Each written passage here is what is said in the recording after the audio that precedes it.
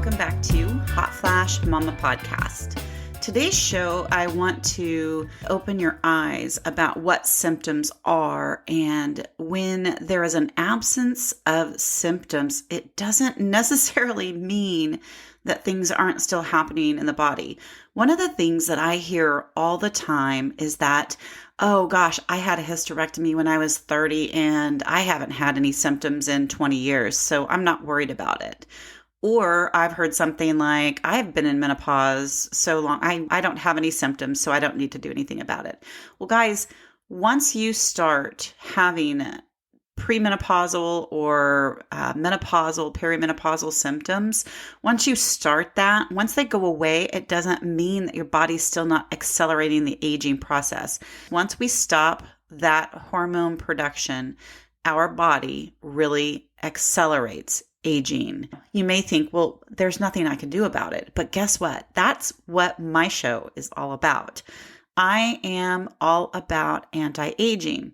I want to help people that are in their 30s try and figure out what they can do preemptive to prevent them from going through this incredible aging acceleration when they're in their 40s and 50s, if at all possible. I want to help women that are in their 50s slow it down so that they don't wake up one morning and just be blown away by the amount of time that has passed. We need to absolutely embrace our age. We're not doing something to stop our aging from happening. We are slowing down the side effects. We're slowing down what we see. A lot of the things are very, very simple life changes that we can make right now that can really have a great lasting effect on how quickly we age and how it looks outwardly and inwardly. I mean, it's just as important on the inside of our bodies. Actually, it's even more important on the inside of our bodies. We just don't see that on the inside. That is where symptoms come in. A lot of times, we don't realize some of the symptoms of aging are related to just menopause or perimenopause. We don't realize the connection. So I really want to point out some things that if you start doing them today, whether you're 30 or you're 50 or you're 70, it can still have a great impact on your life and the way that you're aging. It's really a lot more important than what we think, because you can't go back and fix something that's already been done, but you can move forward and have a better path and have better long-term results. You can make a difference in the future, whether you think so or not. You really can. So let's talk about number one. Number one is water. I will tell you a little story about me and water. Back when I was a young girl, 17, 16, I would open a Dr. Pepper and I would put that in the console of my car. That would sit there all day long, and that would be the only fluid that I would drink all day long. I don't remember that I drank coffee when I was that young, but I remember I would drink Dr. Pepper and I would sip on one can. Guys, one can all day long, and it would be warm. It would be in my console, and I know most of you are sitting there going, ugh, but it was something that I sipped on all day long. That was pretty much the only fluids I got until I got older, and then I started drinking a little wine, and then I drank Dr. Pepper and maybe coffee, wine, but I could not stand the taste of water. Water has no taste, guys. It's just flavorless. It was really something that I was telling myself that I didn't like. Water is completely tasteless if you have a filtered water. This story is about 37 years old. And back then we did not have, filters, water filters, things like that. So the water that we drink had a little bit of flavor to it. It just was city water most of the time, or well water. I didn't like it. It was something that I told myself. And then when I started getting older and we would have bottled water, I knew what good water tasted like, but I still didn't drink water. I didn't realize its value. If you think about what water does for our body, first of all, our bodies are about 70% water and our brains are 65% water. So without adequate amounts of water on the inside of our body, we can actually become really dehydrated and our body will shrivel up. Basically, if you think about a grape and how plump a grape is, When that grape starts to age and it becomes dehydrated, it flattens and the cells get thicker. It becomes dimpled. It dries out and then it becomes very like little raisins that are dried out. That is what happens to not just the outside of our body, but the inside of our body. All of the internal skin in our body is called mucosal lining. And it is basically wet skin. It's the same as our skin outside, but it's very wet and it's permeable and highly flexible, which is what's most important. So we can lose the moisture in our body when it's dry outside, and vice versa. If you live in a very humid area, your skin and your hair probably look really good most of the time. When your body is dehydrated on the inside, you're going to see it definitely on the outside. But imagine if you could see what's going on the outside, what is going on the inside. When I realized after a while that wasn't the best thing to do, just to drink Dr. Pepper all day and one can at that. When I got sick, when I developed fibromyalgia and lupus, and I started researching what health and nutrition was about and what I needed to do to become healthy, it really showed me just how important water is. What do we do when we need to wash our clothes? That requires water. It doesn't require tea. It doesn't require coffee or Dr. Pepper. It requires water. When we wash our hair or take a shower, why do we give our bodies on the outside so much more respect than we do on the inside? We take a shower in water, clean, clear water, but yet we tend to put all these other things into our body and expect to cleanse the inside of our body with coffee, tea, soda, beer, whatever, those drinks that you get. I can't even think what they're called, Gatorade or whatever.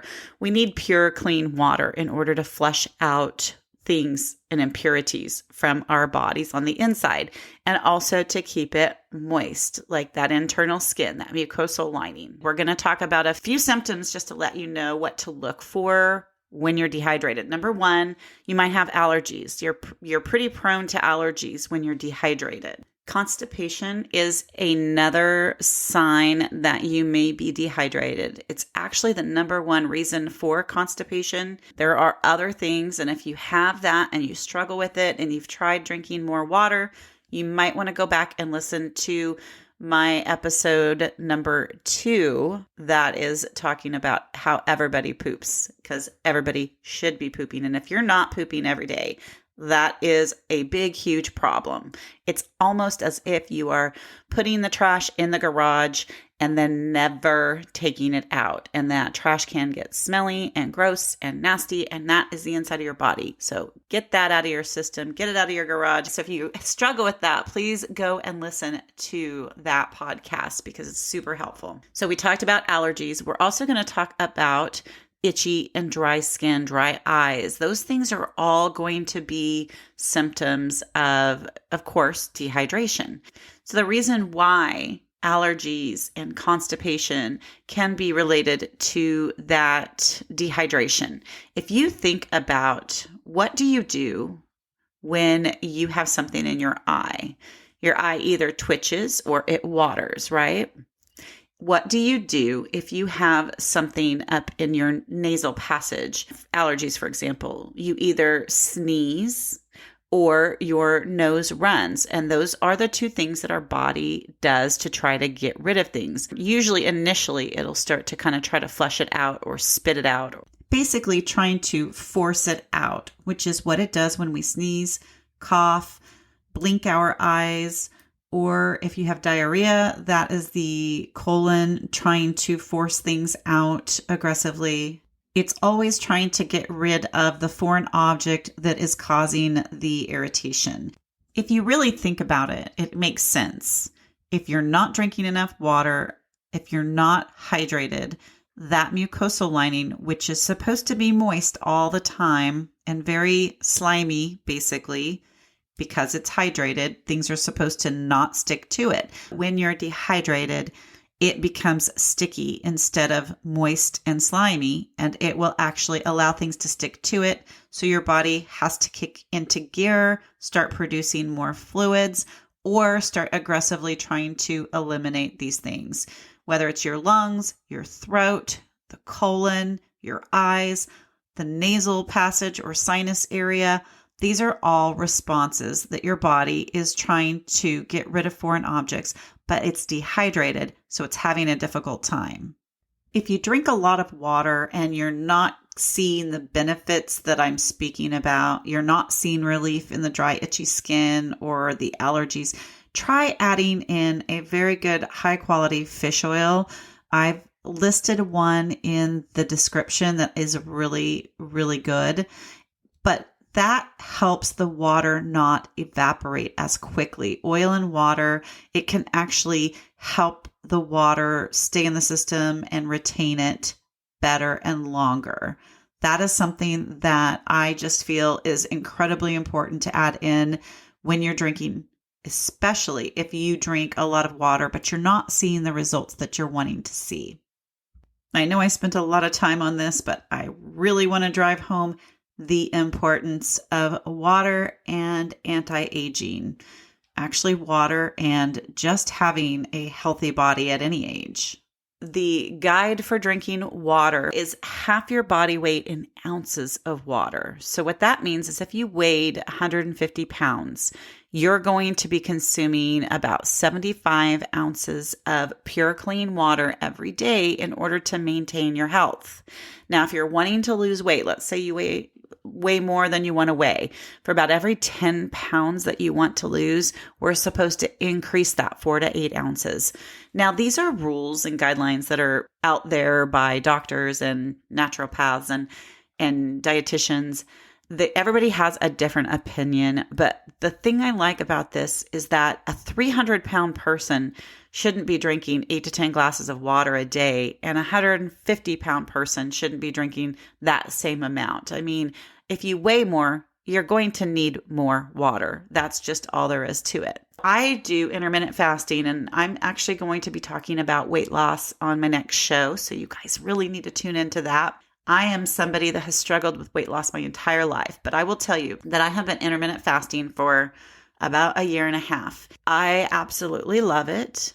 It is something that works really well for me, and it has done a lot of great things for my body. I will tell you, I haven't lost a ton of weight. I've lost very little, but I haven't gained any weight. So that's a good thing for me because I eat pretty much what I want. The thing that I do is I just drink tons of water all day until I'm ready to eat. I can tell you, when they say you're not hungry or thirsty, that is 100% true most of the time. If I can chug, a bottle of water, 10, 15, 20 ounces of water, the hunger pains go away. I completely believe that most of the time in my life, I am not hungry. I am thirsty. So the other thing that is really important to help with the aging process is walking. Walking is essential. Our bodies were designed to walk and to walk long distances and to do it most of the day. That was our only means of transportation for many, many years. We are not getting that same exercise today. And let me tell you, it shows. I was watching Back to the Future. Has anybody seen Back to the Future? We're definitely in that age bracket. Well, I watched it again in a hotel room a couple weeks ago. This was the one where Marty McFly and the professor went back to the 1800s. They were comparing the differences in what people did back in the 1800s and in 1985. And they mentioned that we don't walk anywhere, we drive. So now we have to exercise and go on walks purposefully so that we can get our exercise. Now let's really think about this. Our bodies were designed to do a lot of walking and not to have all of these modern conveniences, which are actually killing us. We also used to send our children outside to play, and now they spend a lot of time in front of the TV or actually on iPads or phones. So they're not getting the same amount of exercise. So we're starting at a really young age now for having stagnant bodies. If you've ever looked at a pond, that pond is green and has flies. It's stagnant water. There is no water supply in or out. It just sits there. It becomes very stagnant and gross. That is exactly what happens to our bodies when we don't walk. Now, why is walking so good? Well, it moves the body the way it naturally is supposed to. We are trying to find something to do to exercise that we enjoy when walking has been the thing that we have done for thousands of years. Studies show that walking is really the very best way to stay fit and healthy at any age. As a side note, if you're looking for something that will keep your body moving when you can't walk, maybe sitting at a desk, I have a stand-up desk, which is fabulous, but I can't always stand. So I have a ball, an exercise ball that I keep in addition to the stand-up desk to help keep my back from locking up and to help give me some core strength. I challenge you, if you've never used a ball, an exercise ball to sit and do your work, it is amazing, and you will notice that you work your muscles without even thinking about it. We have water, walking, and the third thing is weights. Weightlifting is essential to maintaining collagen, maintaining strength.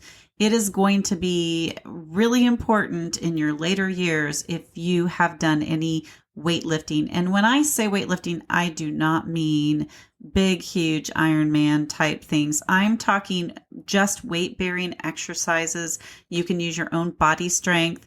You can use 5-pound weights, maybe 10 pounds. We are not talking about major weightlifting.